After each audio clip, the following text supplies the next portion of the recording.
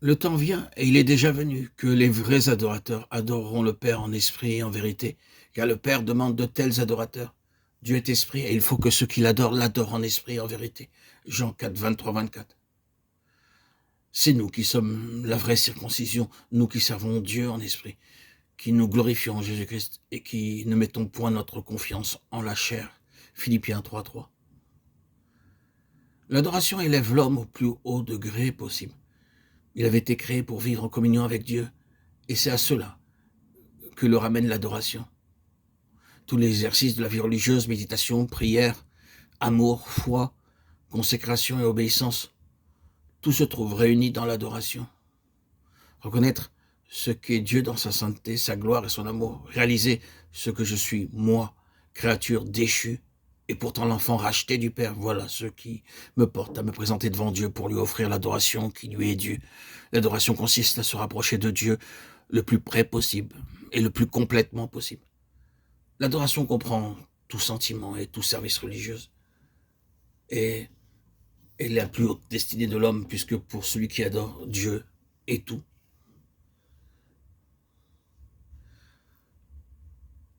Jésus a dit qu'à sa venue sur la terre commencerait un nouveau mode d'adoration.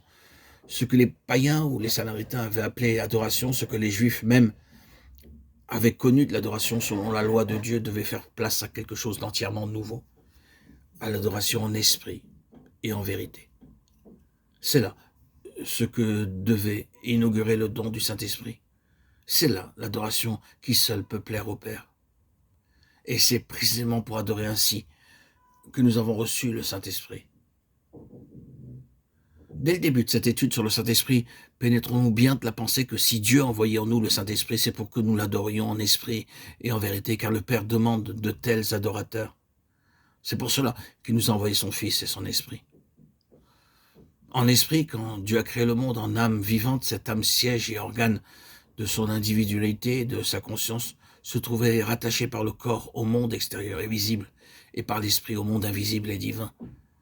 L'âme devait décider si elle se soumettrait à l'esprit, et par là à Dieu et à sa volonté, ou si elle s'allierait avec le corps cédant par là aux sollicitations du monde visible, à la chute de l'homme. L'âme refusa la domination de l'esprit et devint l'esclave du corps. L'homme devint chair, l'esprit perdit en lui la haute direction qui lui avait été assignée. Il fut réduit à peu près à l'état dormant. Au lieu d'être le principe directeur, il ne fut plus qu'un captif, toujours en lutte. L'esprit est à présent en hostilité avec la chair,